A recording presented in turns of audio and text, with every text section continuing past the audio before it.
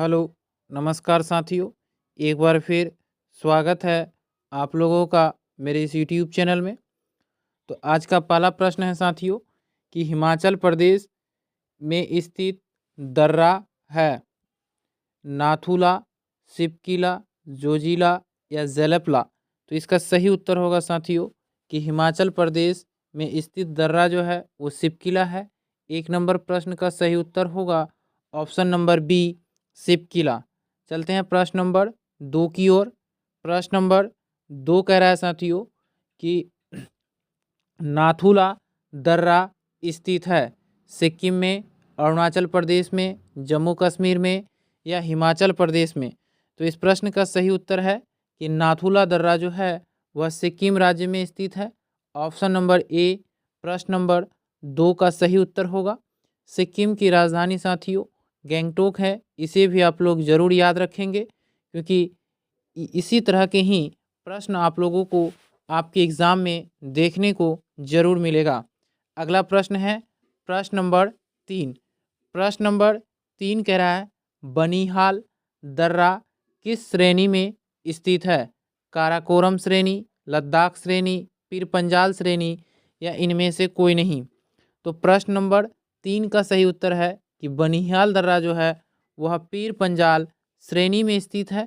Option number C 3 number प्रश्न का सही उत्तर है। अगला प्रश्न है प्रश्न नंबर 4। प्रश्न नंबर 4 कह रहा है संयुक्त राष्ट्र पर्यावरण कार्यक्रम यूएनईपी का मुख्यालय कहाँ स्थित है? तो आप लोग बताएंगे कि इसका आंसर क्या होगा। तो इसका सही उत्तर होगा नैरोबी में। संयुक्त राष्ट्र पर्यावरण कार्यक्रम यूएनईपी का जो मुख्यालय है वह नैरोबी में है। इसे भी आप लोग ज़रूर याद रखेंगे। अगला प्रश्न है साथियों प्रश्न नंबर 5। प्रश्न नंबर 5 कह रहा है राष्ट्रीय आपदा प्रबंधन केंद्र NCDM कहाँ स्थित है? नागपुर में, पुणे में, नई दिल्ली में या हैदराबाद में। तो इस प्रश्न का सही उत्तर है कि राष्ट्रीय आपदा प्रबंधन केंद्र जो है वह नई दिल्ली में स्थित है। 5 नंबर प्रश्न का सही उत्तर ऑप्शन नंबर सी होगा। चलते हैं साथियों प्रश्न नंबर 6 की ओर। प्रश्न नंबर 6 कह रहा है प्रोजेक्ट टाइगर भारत में कब शुरू किया गया? 1968 में, 1973 में, 1994 में या 1993 में। तो इसका सही उत्तर है कि प्रोजेक्ट टाइगर भारत में वर्ष 1973 में शुरू किया गया। ऑप्शन नंबर बी प्रश्न नंबर 6 का सही उत्तर होगा कि भारत में प्रोजेक्ट टाइगर की शुरुआत वर्ष 1973 ईस्वी में हुआ था। प्रश्न नंबर 8 है साथियों कि विश्व जैव विविधता दिवस कब मनाया जाता है? 22 मार्च को, 22 मई को, 15 मई को या 1 मई को। तो प्रश्न नंबर 8 का सही उत्तर है कि विश्व जैव विविधता दिवस प्रतिवर्ष 22 मई को मनाया जाता है। ऑप्शन नंबर बी 22 मार्च को साथियों बिहार दिवस और विश्व जल दिवस मनाया जाता है। 1 मई को अंतर्राष्ट्रीय मजदूर दिवस मनाया जाता है। इसे भी जरूर याद रखेंगे। प्रश्न नंबर 9 कह रहा है कि कर्क रेखा निम्नलिखित में से किस भारतीय राज्य से होकर नहीं गुजरती है? मिजोरम, त्रिपुरा, गुजरात या महाराष्ट्र। तो साथियों कर्क रेखा जो है मिजोरम, त्रिपुरा और गुजरात से होकर गुजरती है लेकिन महाराष्ट्र से नहीं गुजरती है। ऑप्शन नंबर डी इसका सही उत्तर है। कर्क रेखा भारत के 8 राज्यों से होकर गुजरती है। इसे भी आप लोग जरूर याद रखेंगे। हमारा अगला प्रश्न है प्रश्न नंबर 10। प्रश्न नंबर 10 कह रहा है कि भारत का एकमात्र सक्रिय ज्वालामुखी है पंबन द्वीप, अंडमान द्वीप, बेरन द्वीप या निकोबार द्वीप। साथियों यह प्रश्न काफ़ी महत्वपूर्ण प्रश्न है। कई बार इस प्रश्न को एग्ज़ाम में पूछे भी गए हैं। तो इसका सही उत्तर होगा कि भारत का एकमात्र सक्रिय ज्वालामुखी जो है वह बेरन द्वीप है। ऑप्शन नंबर सी प्रश्न नंबर 10 का सही उत्तर है। प्रश्न नंबर 11 कह रहा है, भारत के निम्नलिखित राज्यों में से किस राज्य की तटरेखा सबसे लंबी है?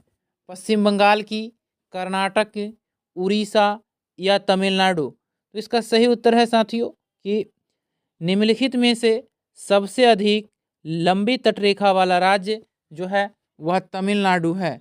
यदि पूछा जाए कि भारत में सबसे अधिक लंबी तटरेखा वाला राज्य, तो उसका आंसर गुजरात होगा साथियों, लेकिन ऑप्शन के अनुसार तमिलनाडु होगा। अगला प्रश्न है प्रश्न नंबर 12। प्रश्न नंबर 12 कह रहा है, नीति आयोग का गठन कब हुआ था? तो साथियों आप लोगों को पता है कि नीति आयोग का गठन योजना आयोग की जगह हुआ है और इसका गठन 1 जनवरी 2015 को हुआ था। ऑप्शन नंबर सी प्रश्न नंबर 12 का सही उत्तर है। नीति आयोग के अध्यक्ष साथियों भारत के प्रधानमंत्री होते हैं। वर्तमान समय में नीति आयोग के अध्यक्ष नरेंद्र मोदी हैं। इसे भी आप लोग जरूर याद रखेंगे। और योजना आयोग की का जो गठन हुआ था वो वर्ष 1950 में हुआ था। इसे भी आप लोग जरूर याद रखेंगे। अगला प्रश्न है प्रश्न नंबर 13। प्रश्न नंबर 13 कह रहा है कि महालनोबिस मॉडल किस पंचवर्षीय योजना से जुड़ा है? तो इसका सही उत्तर होगा दूसरी पंचवर्षीय योजना से। महालनोबिस मॉडल जो है वह दूसरी पंचवर्षीय योजना से जुड़ा हुआ है। भारत में कुल 12 पंचवर्षीय योजना चलाई गई। इसे भी आप लोग जरूर याद रखेंगे। प्रश्न नंबर 14 कह रहा है, यहाँ आपसे पूछा जा रहा है साथियों कि 11वीं पंचवर्षीय योजना की अवधि है। तो इसका सही उत्तर होगा 2007 से 2012। प्रश्न नंबर सी सही उत्तर होगा 14 नंबर प्रश्न का कि 11वीं पंचवर्षीय योजना की जो अवधि थी वह 2007 से 2012 तक थी। चलते हैं प्रश्न नंबर 15 की ओर। प्रश्न नंबर 15 कह रहा है साथियों कि भारतीय संविधान सभा की पहली बैठक की अध्यक्षता किसने की थी? तो साथियों भारतीय संविधान सभा की पहली बैठक 9 दिसंबर 1946 को हुआ था और इसकी अध्यक्षता जो है सच्चिदानंद सिन्हा ने किया था। सच्चिदानंद सिन्हा साथियों अस्थायी अध्यक्ष थे। इसे भी आप लोग जरूर याद रखेंगे। और भारतीय संविधान सभा की जो अस्थायी अध्यक्ष थे वो डॉक्टर राजेंद्र प्रसाद थे। इसे भी जरूर याद रखेंगे। प्रश्न नंबर 16 कह रहा है, यहाँ आपसे पूछ रहा है प्रश्न नंबर 16 कि भारत का संविधान कब लागू हुआ? तो इसका सही उत्तर होगा 26 जनवरी 1950 को साथियों भारत का संविधान लागू हुआ था। इसे जरूर याद रखेंगे। और भारत के प्रथम राष्ट्रपति जो थे वो डॉक्टर राजेंद्र प्रसाद थे। इसे भी आप लोग जरूर याद रखेंगे। प्रश्न नंबर 17 कह रहा है यहाँ आपसे कि नालंदा विश्वविद्यालय भारत के किस राज्य में स्थित है? बिहार, उड़ीसा, उत्तर प्रदेश या मध्य प्रदेश? तो इस प्रश्न का सही उत्तर है कि नालंदा विश्वविद्यालय जो है वह उड़ीसा राज्य में बिहार राज्य में स्थित है। 17 नंबर प्रश्न का सही उत्तर होगा साथियों कि नालंदा विश्वविद्यालय बिहार राज्य में स्थित है। चलते हैं प्रश्न नंबर 18 की ओर। प्रश्न नंबर 18 यहाँ आपसे पूछा जा रहा है साथियों कि सिंधु घाटी सभ्यता की खोज किसने की? दयाराम साहनी ने, रखालदास बनर्जी ने, वीएस अग्रवाल ने या इनमें से कोई नहीं? तो इसका सही उत्तर होगा साथियों कि सिंधु घाटी सभ्यता की जो खोज किया गया था वो दयाराम साहनी ने किया था वर्ष 1921 में। इसे जरूर याद रखेंगे। हमारा अगला प्रश्न है प्रश्न नंबर 19। प्रश्न नंबर 19 कह रहा है तृतीय बौद्ध संगीति का कहाँ आयोजित की गई थी?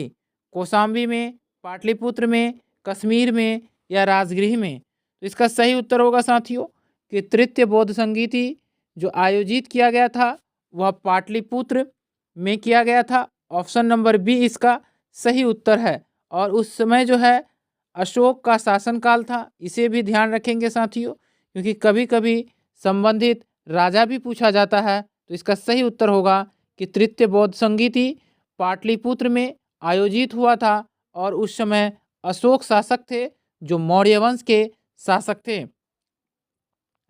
अगला प्रश्न है प्रश्न नंबर 20। प्रश्न नंबर 20 कह रहा है बैक्टीरिया की खोज सबसे पहले किसके द्वारा की गई थी? तो इसका सही उत्तर होगा ल्यूवेनहॉक के द्वारा। साथियों, ल्यूवेनहॉक ने सबसे पहले बैक्टीरिया का खोज किया था, इसे भी आप लोग जरूर याद रखेंगे। हमारा अगला प्रश्न है प्रश्न नंबर 21।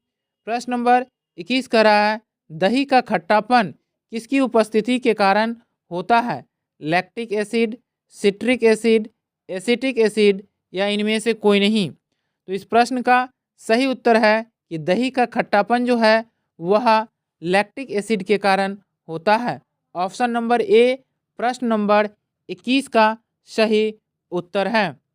अगला प्रश्न है प्रश्न नंबर 22। प्रश्न नंबर 22 कह रहा है साथियों कि कौन सी संक्रामक बीमारी बैक्टीरिया के कारण होती है? चेचक, कुष्ठ रोग, अस्थमा या इनमें से कोई नहीं? तो इसका सही उत्तर होगा साथियों कि अस्थमा जो है वह बैक्टीरिया के कारण होता है, इसे जरूर याद रखेंगे। चलते हैं आज के अंतिम प्रश्न की ओर। आज का अंतिम प्रश्न है साथियों, यहाँ आपसे पूछा जा रहा है कि किस सिद्धांत पर हाइड्रोक्लोरिक लिफ्ट कार्य करता है? न्यूटन का नियम, पास्कल का नियम, जूल का नियम या इनमें से कोई नहीं?